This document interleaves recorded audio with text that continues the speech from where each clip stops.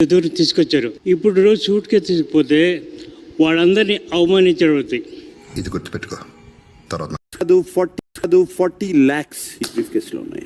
Increase చేస్తున్నాను 40 lakhs. సాబ్ ఇద్దరు మంచి ఫ్రెండ్సే కాబట్టి ఎవరిని తీసుకోవచ్చు. No problem. తీసుకో బాబు, తీసుకో.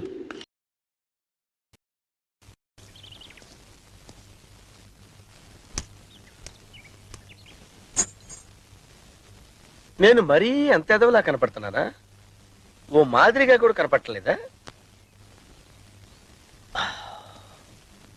ఆడియన్స్ ఓటింగ్ ప్రకారం టాప్ 1 ఎవరు, టాప్ 2 ఎవరు చెప్పాల్సిన బాధ్యత కూడా నా మీద ఉంది. అది చిన్న మార్జిన్ తో, with very very very very less margin. Srihan is in top 1 position.